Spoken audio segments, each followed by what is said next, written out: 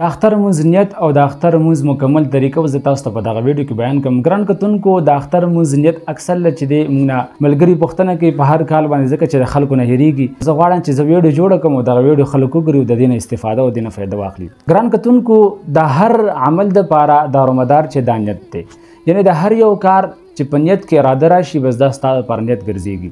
خو بیا دغه نیت په الفاظو سره ویل دا چې دی یو سنت عمل دی.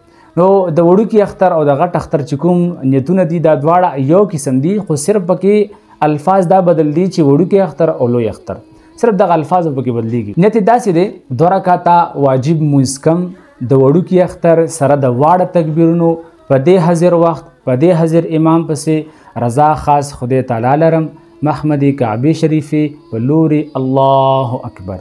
چې کله تکبیر وویل شي نو په دغه تکبیر کې به لاسونه غوږونو پورې اوچت شي او په نامه باندې د نامه نه لاندې به چې دی وتړل شي. دغه ثنا به ویلی شي. ثنا نه وروسته به چې دی 3 تکبیرات امام وایي الله اکبر.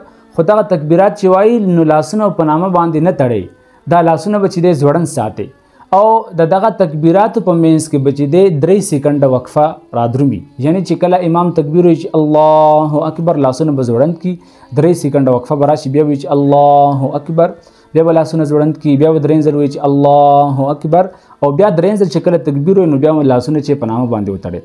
هغې نه وروسته به چې دی امام اعوذ بالله او بسم الله خفیه ووایي، یعنې خاموش ځان سره بیا ووایي او بیا به چې دی سورې فاتحه ووایي او سورې فاتحه پسې وروسته چې دی واړه 3 آیاتونه او اوږد چې دی 1 آیت وایي او هغې نه وروسته به چې رکوع وکړي، سجدې به وکړي او دوباره به چې بیرته راوچت شي. بیا به چې د امام خفیه ځان سره بسم الله ووایي او هغې نه وروسته به سورې فاتحه ووایي او سورې فاتحې پسې وروسته به چې دی 3 واړه آیاتونه او 1 اوږد آیات، مطلب دا کم مقدار د دې نه سیوان چې دی ویلی شي.